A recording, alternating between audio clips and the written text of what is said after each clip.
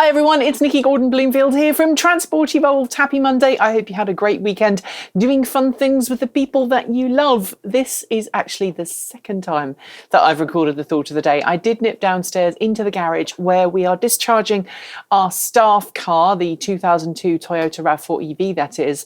We're discharging the batteries to try and keep the batteries healthy and wake one of the modules up. It looks like that module is now completely dead, so it's going to have to go back to the garage to get a replacement module. Yes, I know this car's not been particularly reliable thus far, but it's a 15-year-old car or 14-year-old car, nearly 15 years old, and there's only a couple of hundred left in existence, so I really want to keep this running.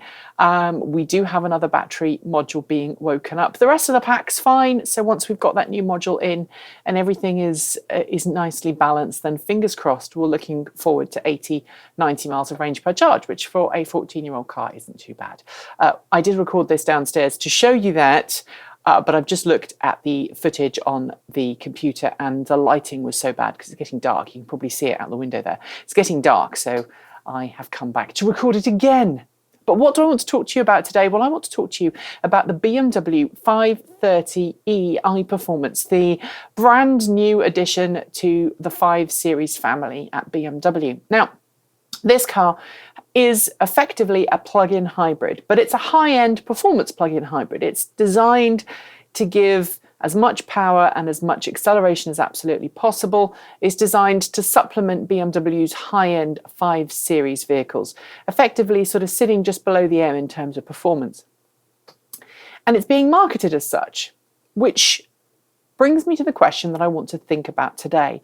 Do we treat cars with plug-in hybrid drivetrains at high-end, performance-oriented plug-in hybrid drivetrains as plug-in vehicles? Or do we just consider them the ugly stepchild that nobody wants of the plug-in vehicle family? Now, if we look at the specs for the 530e iPerformance, not all of them are out yet, but it's got sort of a 9.7 kilowatt hour battery, if memory serves correctly, around that mark. It's got approximately 25 miles expected range per charge.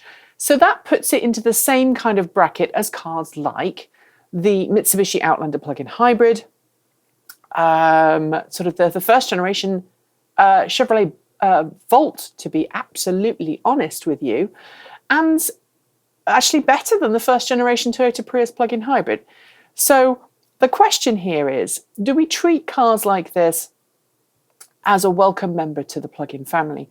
Or do we sort of moan a little bit at automakers for making a car like that when they could be going all electric instead, especially BMW, which has got a lot of experience now in plug-in drivetrains, specifically electric vehicles. I mean, just look at the BMW i3.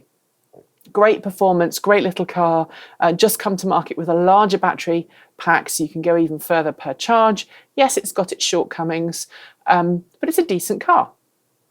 And of course, we've also seen BMW put an electric drivetrain into something like the 3 Series before, and the 1 Series. So why have we not seen BMW go fully electric for those vehicles rather than what it's doing, which is a kind of a high-end performance plug-in hybrid? Now, the reasons behind that are many and varied.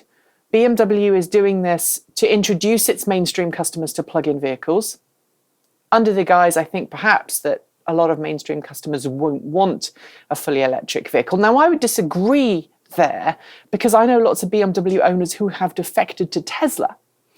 And I would also argue that BMW is probably doing it to lower its fuel economy, to actually meet CAFE standards, corporate average fuel economy standards.